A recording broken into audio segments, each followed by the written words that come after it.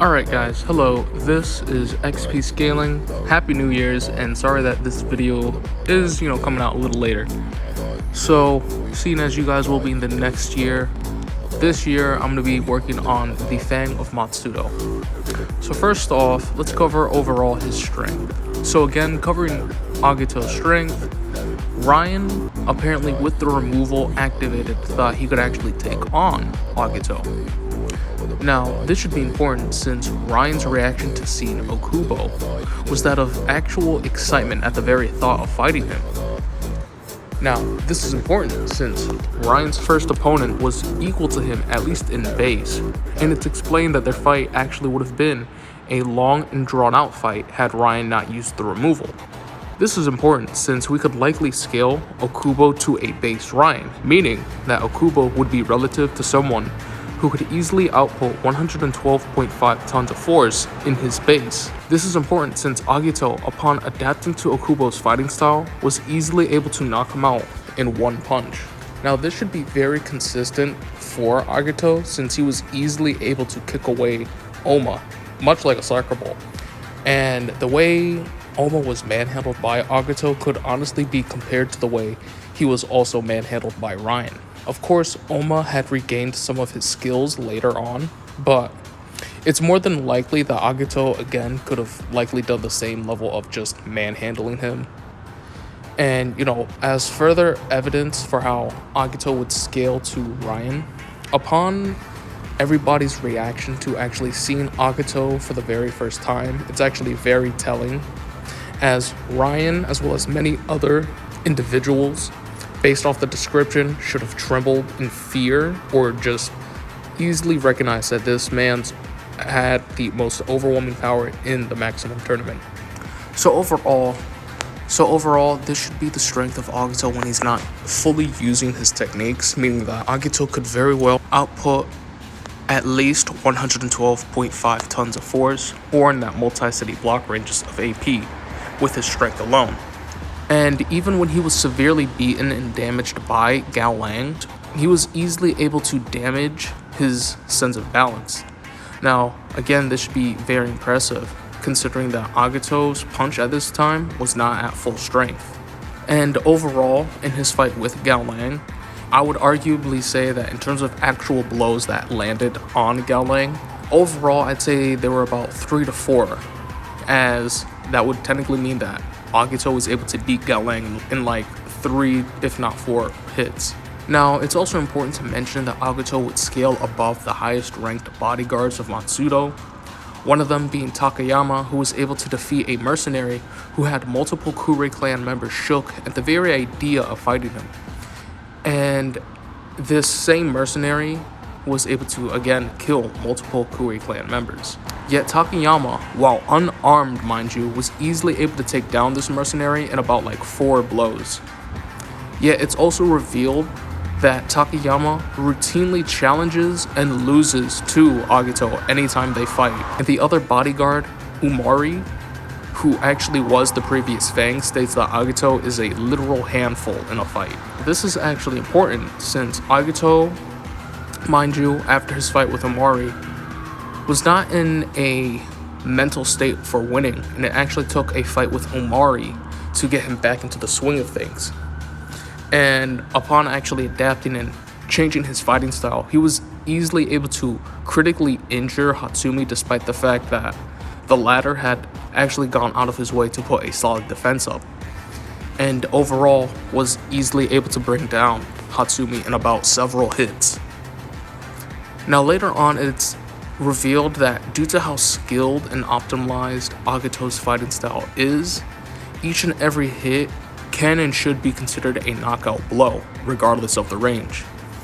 And taking into account that Agito was actually trained by the evil Nico, it's very likely he knows the Nico style. This would likely mean Agito has actually adapted the Iron Breaker into his basic strikes.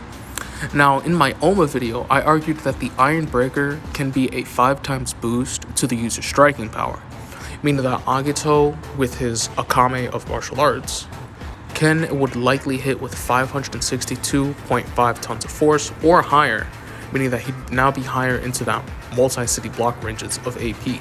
And later on, even though Agito was technically only able to land like a handful of strikes against Kuroki, each hit was so devastating that it would actually give lasting damage into Kuroki's final fight with Ohma.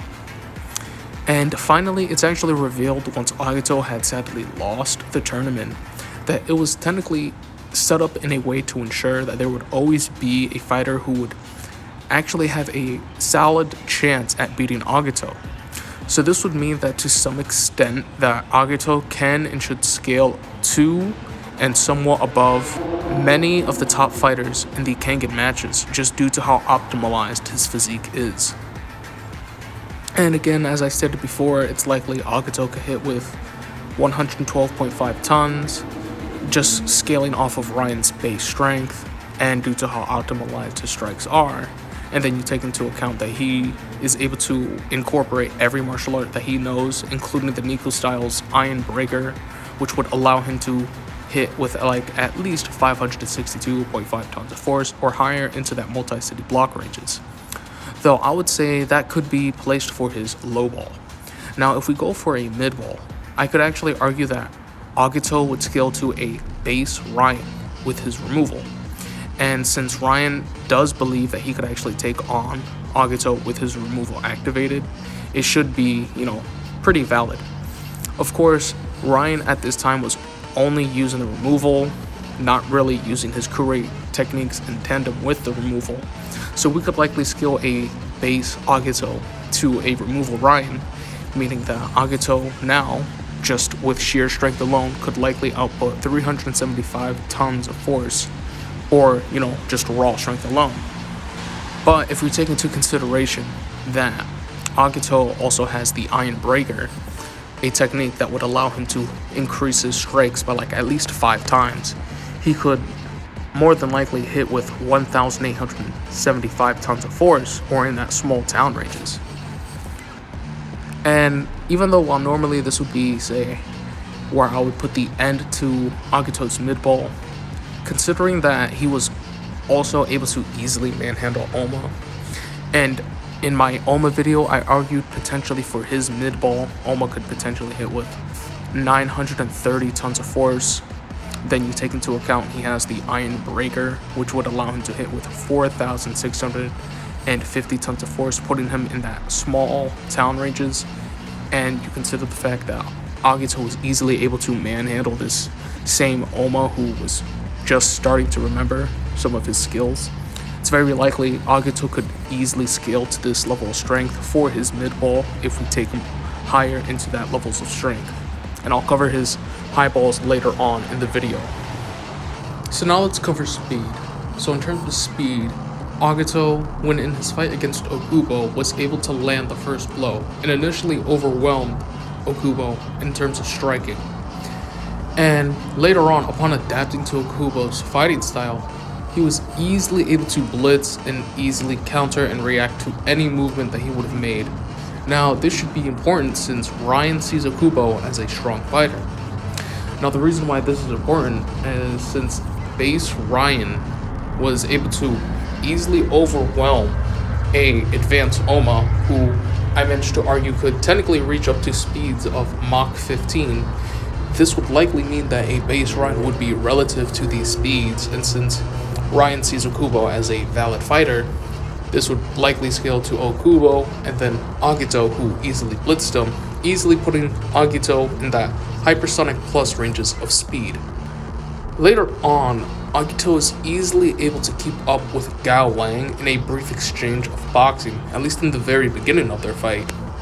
And even when Agito had cut out every form of fighting except for boxing, he was still able to keep up and be somewhat relative to Gao Lang. And it's upon his adaptation that he's actually able to catch up with the gifted striker Gao Lang in terms of movement and anticipating his strikes. And even when Gao Lang used his complete striking form, Agito was still able to have a bit of a back and forth with him initially, despite the overwhelming advantage Gao Lang had in terms of strikes. And even when Agito had dropped his guard against Gao Lang, it was actually Agito who was able to, in that moment, to strike Gao Lang before Gao Lang could counter. So sometime after winning that fight, Agito would fight Hatsumi in his primed condition. This is the same Hatsumi who was apparently able to spar with Ohma, who had recovered and adapted from his coma, and would later on go and fight a fallen demon Kiryu.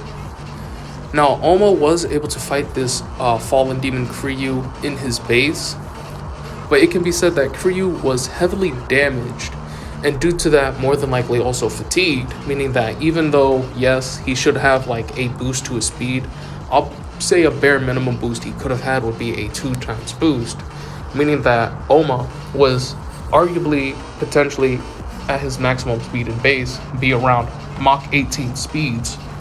And this is important since upon sparring with Hatsumi, he states he's almost going all out.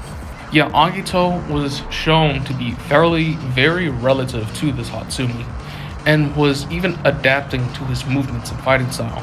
And once Agito had adapted and anticipated and understood the flow of Hatsumi's movements, he was easily able to outspeed and outreact to his timing and predictions. And finally, we actually see in Agito's match against Kuroki, it's intentionally described as two masters of pre-initiative attacks facing off against each other. And they're basically trying to go deeper into their pre-initiative sensing in order to discern basically the inception of attack, basically meaning who can predict the furthest in their fight. So even though I just said all that word salad, please understand that it's basically who can predict the furthest. And I have something that I do actually want to discuss very briefly, and it's actually, an argument that I've seen in terms of speed scaling in the Kangen verse is, depending on how you scale it, you can argue, like what I'm trying to do, the Kangen verse is either faster or slower. And this feat would actually come from Kuroki, a much younger Kuroki, who was arguably around bullet level as he was able to block a bullet. And in the context as to why people might think, this might be the most impressive speed feat in Kangen Asura, should be due to the statement as once the bullet is fired, it is impossible to dodge it. Yet some people seem to forget the statement given right after it, suggesting that Kuroki was not actually trying to sense the bullet, but more so the intention of the shooter, as he specifically gave him the request to wear a full covering of clothing and would even have him cover his face so that he couldn't discern his intention when he would shoot. And my further evidence would be the explanation we get after. The only way to counter an action that was already done is to sense the intent behind it and take action.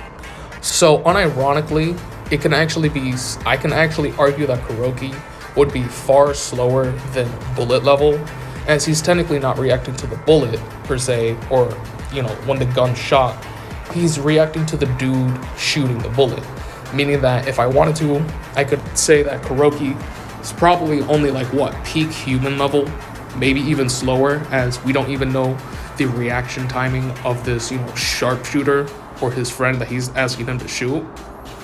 So basically it means, thanks to his foresight, he's able to react to this. So again, I could argue it's only with foresight that Kuroki might be bullet level, and his initial, reaction speed would be far slower, though I don't think that would really make much sense. Now, basically the reason why I stated all this would be since both Agito and Kuroki in their fight are basically trying to predict who can go the furthest, or again, who can land the first strike. This would unironically mean that both Kuroki and Agito are probably only faster than the eye could track if I were to wank that feat at best, or if I were to really just lowball it. And if you guys don't think that my explanation makes sense, or if you still think that Kangen characters are only bullet level, GG, I accept the defeat. But until we are given any further context to speed and just me trying to actually calculate the feats, I hope you guys either accept this argument, or you don't have to, whatever. So after their fight, it's actually shown that in their exchange of blows, it was Agito who was technically able to land the initial blows, even though these were a few light strikes against Kuroki. And actually, after receiving a strike from Kuroki, Agito was actually able to adapt and predict further ahead that Kuroki had initially anticipated. It would even come to a conclusion that in order to actually properly fight Kuroki, he would have to use both his martial arts and formless style, basically giving him a workaround against Kuroki's martial arts. But I would say most notably about this fight would be the fact that Agito is still developing and getting much faster in spite of the situation. And even when he had taken a considerable amount of damage, it caused him to actually shorten the gap between switching from martial arts and his formless style, again making him much more faster. And ultimately, and sadly, Agito would actually lose, mainly due to the fact that he wasn't able to predict far enough ahead against his fight against Kuroki. As, you know, the further Agito was able to develop and take damage, the further he did grow his speed and adaptation, but sadly, it wasn't enough in order to compensate. But now that I've given like a decent range as to where, you know, the Kanken speed scaling could potentially be, either being far slower than bullet level, or, you know, if you're like me, actually trying to take some of these feats and scale them, you know, past hypersonic. The range for Agito's speed could honestly be anywhere between Mach 15 to potentially Mach 50 if we consider the fact that a removal Raian believes that he could likely take on Agito. Yet, in spite of actually seeing Agito, his initial reaction changes quite considerably. And in my Raian video, I did manage to lowball Raian's maximum speed to be, with the removal, mind you, around Mach 50, or putting him in that high hypersonic to high hypersonic plus ranges. But now let's talk about Agito's mid-ball. Now, scaling again his speed to Raian, this would mean that a messing around Raian in his mid-ball was easily able to handle Ri's strikes, and even said that they're slower than he had initially imagined. Ri, in his training, in order to obtain his initial level of speed, had to basically attain like a kind of oneness that allowed him to feel one with the universe. And it states once he had actually obtained this speed, he was lightning itself. So even going off of this, depending on how you scale lightning, again, lightning has two different kinds of speeds. There's the lightning strike or the return stroke. So going off of that, we could say that if Ri scales to a lightning strike, this would mean that Ri would be comparable to 270,000 miles per hour, or Mach 364, already being massively hypersonic in speed. But it could be way more impressive if we say, you know, Ri would scale to the return stroke of lightning, technically being about 1/3 the speed of light, or 222 million miles per hour, aka Mach 286,831, or, you know, relativistic speeds. But in spite of this, it's more than likely Agito would scale technically much further, as Kuroki had initially been able to predict and easily handle Ri's level of speed, yet we end up seeing that later Ri ends up getting like a tier 5 Twitch simp boost to his speed, and had far since surpassed that level of speed due to that. And repeatedly in that fight, he's getting much faster and overall is improving his speed throughout the entirety of the fight. Yet you have Kuroki, who is still able to keep up with these speeds and do very well against them. And then you have Agito, who later on in his fight against Kuroki is actually catching up and is further adapting his speed to this. So going off of that, if we scale again off of Ri's speed, he would initially have been relativistic to lightning strikes, meaning that he could, you know, be in that relativistic speed, or Mach 1,173.5, or, you know, again, massively hypersonic. But if you want to, you know, further the speed scaling, say that he would scale off of, you know, the return stroke, it would likely, you could put Agito, due to his scaling to Kuroki, in the light speed range, or potentially even FTL ranges, considering the fact that Agito would scale to Kuroki, who was able to defeat a much faster Ri, who had again gotten multiple amps in his fight due to the fact that his lover apparently gave him a boost, which caused him to further transcend the Rashiki style, granting him much faster strikes per usage. And that should be about it for his mid ball. Now let's move on to durability. So in terms of overall durability, Agito has shown to be quite honestly relative to technically every opponent that he has faced in the series. And a good example of this would actually be his first opponent in the Kengan matches, Okubo, who more than likely would scale to a base Raian, just honestly due to the reaction Raian had at seeing just how tough Okubo is. And with this, we could likely say that, Okubo could scale to a base Raian who could output at least 112.5 tons of force, or, multi-city block ranges of AP. Now, this is important since Agito took multiple hard slams and strikes from Okubo. And he even showed in his fight the mastery of going limp in order to disperse any damage that is thrown by his opponent at him. Now, later on, after, beating Okubo, one of the most important fights that Agito has is with Gao Lang, as in the very beginning of their fight, Gao Lang has shown, even when receiving a heavy strike from Gao Lang, that he apparently blacked out, yet in spite of that, he was still able to fight somewhat in a somewhat unconscious state. And upon, actually coming to and receiving another heavy strike, his honest to God reaction was just marvelous at that. And in his fight with Gao Lang, Agito was consistently on the receiving end of the blows. But it should be very much noted that Agito, to an extent, should be and could be considered to be holding back, as in this fight, in terms of skill, he technically wasn't using the entirety of his arsenal, as he specifically sealed off any fighting style that does not have to do with boxing or that cannot help him in his boxing fight with Gao Lang. So when you consider just how much damage he took, I would say it's quite unnecessary that he put himself through that, and he only did so just so he could apparently outbox Gao Lang. And again, he even states that when he was backed into a corner, it was quite honestly one of the first times that he's been in there, but he was actually brimming with delight at the very thought of this.